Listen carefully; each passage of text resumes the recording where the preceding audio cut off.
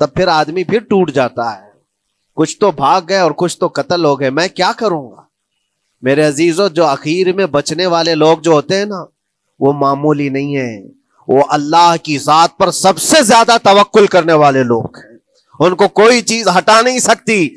اپنوں کی بے وفائی بھی ان کے قدموں میں لرزہ نہیں لاتی, اور اپنوں کا انتقال ہو جانا بھی ان کے حوصلوں کو نہیں توڑتا. تبھی جا کر کے اللہ تعالیٰ انہیں فتح مبین عطا فرماتا ہے. اور یہ چیز ملحمت الکبریٰ میں دیکھی جانے والی تھی, جو قیامت کے قریب ہونے والی جنگ ہے.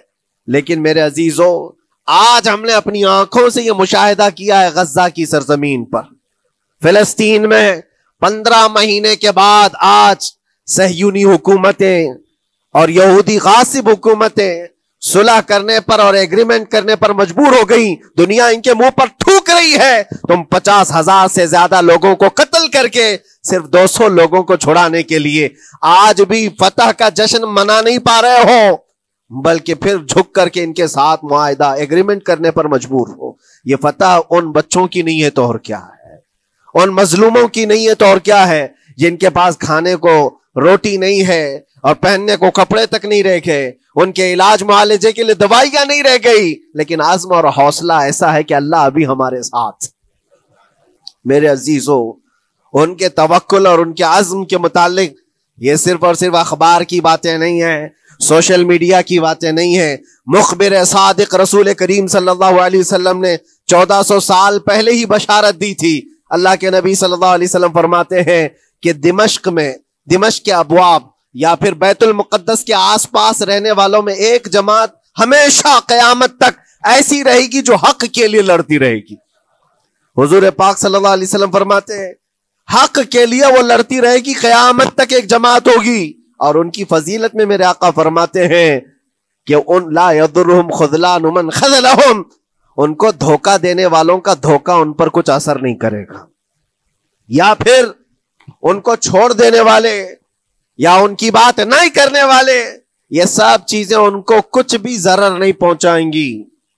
میں اس سے قبل اسی مسجد میں آپ کے پاس اس حدیث کو دہرا چکا ہوں, بیان کر چکا ہوں. اللہ کے نبی صلی اللہ علیہ وسلم فرماتے ہیں ان کو کوئی چیز نقصان نہیں پہنچائے گی, دھوکہ دینے والوں کی دھوکہ دڑی ان کا کچھ نقصان نہیں پہنچائے گی. آپ ہو سکتا ہے سوال کریں, عمارتیں ٹوٹ کر راکھ میں بدل گئی, ہزاروں بچے قبروں میں سو گئے, کتنی عورتیں بیوہ ہو گئیں, کتنوں کے گھر اجاڑے گئے, کتنوں کے ہاتھ پیر توڑے گئے ہیں, بمباری میں وہاں پر کون صحیح سلامت رہا, 2 لاکھ کے قریب لوگ متاثر ہوئے, اور مولانا آپ کہتے ہیں حضور نے فرمایا حدیث میں ان کو کچھ نقصان نہیں ہوگا. یہ نقصان نہیں ہے تو اور کیا ہے؟ ہو سکتا ہے آپ کے ذہن میں یہ سوال گردش کر رہا ہو, آپ بار بار یہ سوچ رہے ہوں گے اللہ کے نبی نے فرمایا ان کو کوئی چیز نقصان نہیں دے گی, دھوکہ دینے والوں کی دھوکہ دڑی سے ان کا کچھ بگڑے گا نہیں. اتنا تو بگڑ چکا, پورا راکھ میں بدل گئے, علاج کرانے کے لیے دوائی تک نہیں ہے, تو پھر کیا؟ اللہ کے نبی نے کیا فرمایا کہ ان کو نقصان نہیں پہنچے گا, ان کو ضرر نہیں ہوگا. پھر یہ ساری تکلیفیں اور یہ ضرر کیا ہے؟ میں بتاتا ہوں میرے عزیزوں, جسم کا نقصان, جان کا نقصان, مال کا نقصان, جائیداد کا نقصان, یہ اللہ کے نبی نے نہیں فرمایا. یہ نقصانات مومن کے لیے کوئی معنی نہیں رکھتے. اگر ایمان سلامت ہے تو پوری کائنات سلامت ہے, اور یہ اللہ تبارک و تعالیٰ نے آج تک ان کے ساتھ رکھا ہے. ان کا ایمان محفوظ ہے, ایمان موجود ہے, جس کی وجہ سے یہ سارے نقصانات کچھ معنی نہیں رکھتے. اس لیے کہ یہ تکلیفیں, یہ جو ساری مصیبتیں آئی ہیں, اس پر تو اللہ تعالیٰ نے اجر عظیم کا وعدہ فرمایا ہے, اجر عظیم کا وعدہ فرمایا ہے. ہاں اگر ایمان ہی چلا جاتا تو پھر کون سی جنت ملتی, کون سی خوشبو جنت پاتے؟ کچھ نہیں ہوتا. ایمان سلامت ہے, جس کی وجہ سے انہیں دنیا میں بھی اللہ سرخروئی عطا فرمائے گا. ایک بھی جگہ سے کہیں ان نہتے مسلمانوں کو جو غریب مظلوم ہیں اور ٹوٹے پھوٹے ہاتھوں اور ٹکڑے پہنے ہوئے بچے ہیں, ان کو کوئی یہ نہیں کہتا کہ یہ ظالموں کے لوگ ہیں, بلکہ ہر کوئی یہ کہتا ہے ایک ظالم کے خلاف جس کے پاس دنیا کے سارے آئٹم پاور ہیں, لیکن یہ نہتے بچے کھڑے ہیں, دعائیں بھی ان کے ساتھ ہیں اور رحمت الہی بھی ان کے ساتھ ہے. سلام ہے ان غزہ کے مظلومین کو. اور وہاں تو بچے، مرد تو مرد، عورتیں. آپ نے سنا ہوگا ان جوان لڑکیوں کا میں نے دیکھا تھا، وہ کہہ رہی تھی کہ ہم رات کو برقع پہن کر کے اور رات کو ہم حجاب پہن کر کے سو جاتی ہیں، اس لیے کہ بمباری میں جب گھر تباہ ہو جاتے ہیں، صبح لوگ لاشیں اٹھانے آتے ہیں تو کہیں ہم بے پردہ لاشوں میں نہ مل جائیں۔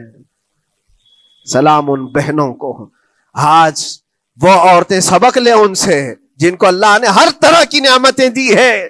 تمہارے گھر میں جائیداد بے پناہ ہے، مال و دولت بے پناہ ہے، کپڑے روز بدلنے کے لیے تمہارے پاس ہیں، سب رکھ کر کے تم عورتوں کو آج ہم بازاروں میں جو بے پردہ دیکھتے ہیں، یہ شادی محلات میں ہر جگہ جو عورتوں کی بے حیائی اور بے پردگی دیکھ کر پھر میں سوچتا ہوں سلام ان بہنوں کو جو موت کی رات بھی حجاب ہٹانا نہیں چاہتی، اس لیے کہ دنیا سے جائیں تو اللہ کی بارگاہ میں حجاب کے ساتھ جائیں۔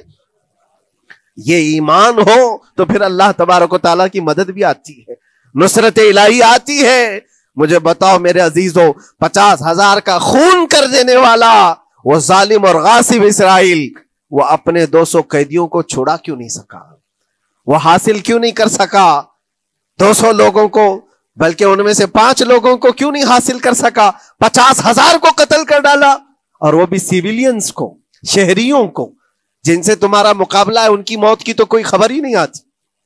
جو تم سے برسر پیکار ہیں، جو لڑ رہے ہیں، ان کے موت کی خبر نہیں آتی۔ بچوں کی موت، عورتوں کی موت، ہاسپٹل میں موت، یہ سارا جو ناچ دیکھا گیا ہے 15 مہینے سے ہم دیکھتے آئے۔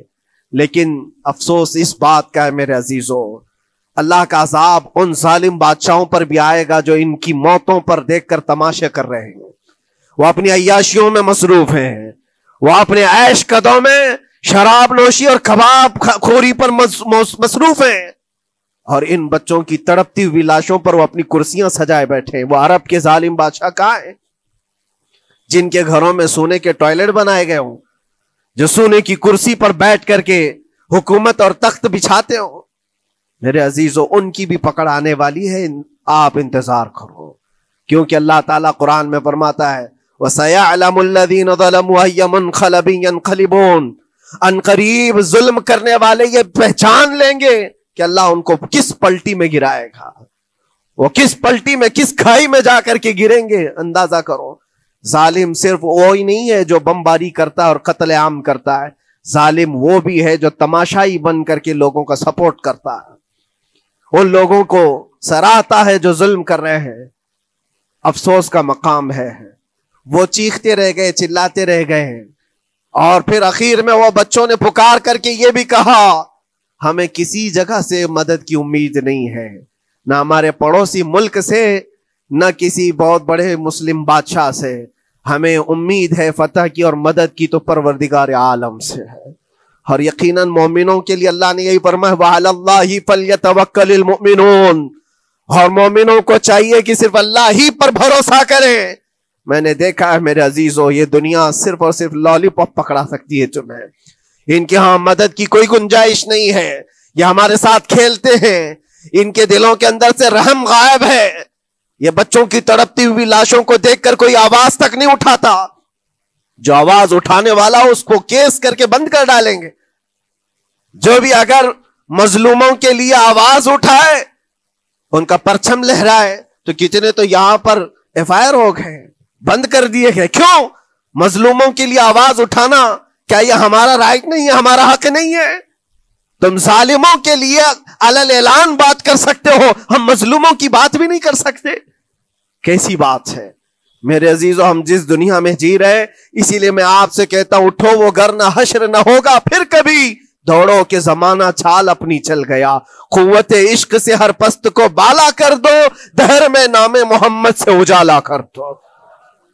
تمہارے پاس طاقت و قوت نام کی کوئی چیز ہے تو وہ ایمانی طاقت ہے، باقی کوئی چیز، کوئی طاقت و قوت تمہاری مدد نہیں کرے گی۔ وہ قوت ایمانی ہے جو بدر میں صحابہ کے ساتھ تھی، وہ قوت ایمانی ہے جو احد میں بھی صحابہ کے ساتھ تھی، وہ ایمانی طاقت و قوت کا جوش ہی ہے جو 4000 ہوتے تو 40,000 پہ بھاری ہوا کرتے تھے، وہ ایمانی طاقت و قوت ہی ہے جس پہ اللہ کی مدد اور نصرت آتی ہے۔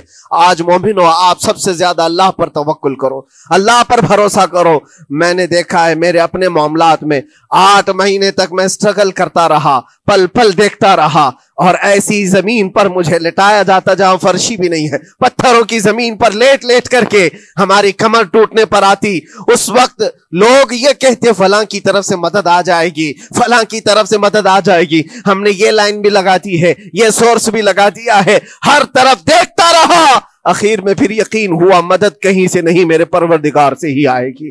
اللہ ہی مدد کرتا ہے مومنوں کی، بس یہ ہے کہ صبر ضروری ہے اور تھوڑی مصیبت اٹھانا ضروری ہے، اس لیے کہ مزاج ہے اسلام کا، اسلام زندہ ہوتا ہے ہر کربلا کے